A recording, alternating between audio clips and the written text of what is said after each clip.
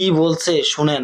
নামাজের ব্যাপারে বলা হয়েছে কিতাবা মাউকুতা, এটা হচ্ছে একেবারে নির্ধারিত একটা ফরজ, এই সময়ই নামাজ পড়তে হবে। আপনি যদি ফজরের নামাজ সূর্য ওঠার পরে পড়েন, অথবা মনে করেন যে আজকে 5 ওয়াক্ত নামাজ সময় আছে, এখন রাতে ঈশার পরে টানা 5 ওয়াক্ত পড়লাম, আগামী 5 দিনেরটাও একসাথে জমা করে পড়ে ফেললাম, এখানে এই কাজ হবে না।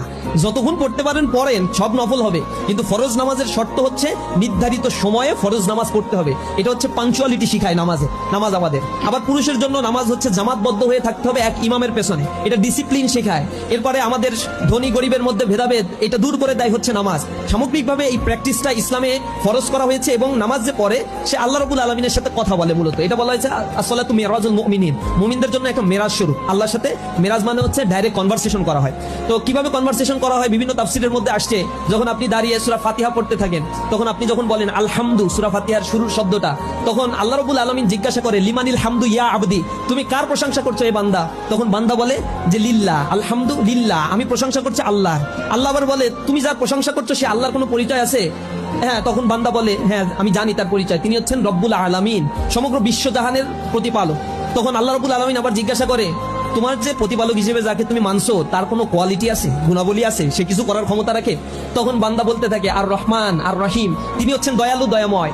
রহমান শব্দটা আরবি গ্রামার সম্বন্ধে যাদের ধারণা রয়েছে, মাদ্রাসা ব্যাকগ্রাউন্ড থেকে পড়েছেন, এর একটা ডেরিভেটিভ আছে, আরবি শব্দের অনেক ডেরিভেটিভ আছে, তার মধ্যে রুট যেগুলো এগুলোকে মাদ্দা বলা হয়।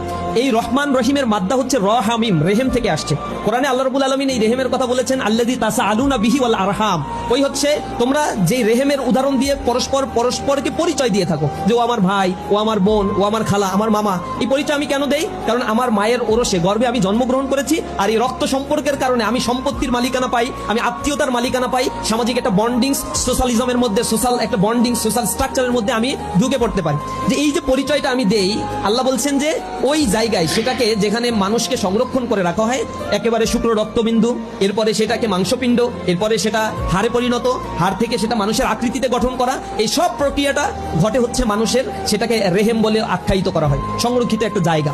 এই জায়গার কথা আল্লাহ রাব্বুল আলামিন উল্লেখ করেছেন, এবং সেটাকে রেহেম বলা হয়, রহামিম, রেহেম। এই রেহেম হচ্ছে মূল ধাতু, তা থেকে আসছে রহমান আর রহিম। এখন পেটের মধ্যে যখন সন্তান থাকে মায়ের, তার খাদ্য কি থাকে? সন্তানের খাদ্য হচ্ছে নাভির মাধ্যমে রক্ত প্রবাহিত হয়, তার খাদ্য সার্কুলেটেড হয়, এইভাবেই খাদ্য হয়ে তারপরে সন্তানের চোখ হয়, মাথা তৈরি হয়, এরপরে হচ্ছে তার আরো সব বডির স্ট্রাকচার গুলো তৈরি হচ্ছে। তো এখানে আসলে এই জন্য মা আবেদন করে কিনা আল্লাহ রাব্বুল আলামিনের কাছে, আমার সন্তানের 2টা চোখ দিও, নাক দিও, একটা নাকের 2টা ছিদ্র দিও আল্লাহ, দয়া করে কান একটা 2টা দিও, একটা দিও, মানে একটা রেখে তাকে বাদ দিও না। এরকম আবেদন করার দরকার হয় না। কিডনি 2টা দিয়ে দেয়, এজন্য আবেদন করতে হয় না, এমনি এমনি এই গঠনটা হয়। তাহলে এই গঠনটা আসলে কে করে? এত সুনিপুণ ভাবে গঠন, অথচ একটা কিডনি রিপ্লেস করতে, চোখের একটা রেটিনা নষ্ট হয়ে গেলে এরপরে এর জন্য কত কোটি কোটি টাকা খরচ করে ফেলতে হয়, এরপরে পূর্বের অবস্থায় ফেরত আসা যায় না। আল্লাহ রাব্বুল আলামিন একেবারেই আল্লাযী খলাকাকা ফাসাওয়াকা ফাআদালাক, যিনি মানুষকে সৃষ্টি করেছেন, সুষমামণ্ডিত করেছেন, ফাআদালাক, তার প্রতি আল্লাহ রাব্বুল আলামিন ন্যায় বিচার করেছেন। অর্থাৎ মানুষকে যে আকৃতিতে ফি আইয়ি সূরাতি মাশা আর রাক্কাবা, তিনি যেভাবে চেয়েছেন সেভাবেই তৈরি করেছেন। এজন্য কারো দরখাস্তের ধার আল্লাহর ধারার প্রয়োজন হয় না। এখন ওই মায়ের গর্ভাশয়ের মধ্যে, গর্ভের মধ্যে যখন সন্তান লালন পালন হয়, এটার জন্য মায়ের কৃতিত্ব আর কতটুকু রয়েছে? সে তো রাতের বেলায় যখন ঘুমায়, আপনারা ঘুমাতে গেলে একটা দোয়া পড়েন না? দোয়াটা কি?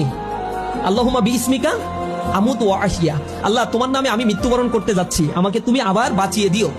আমুতু মরতে যাচ্ছি, আহিয়া মানে বাঁচাই দিও।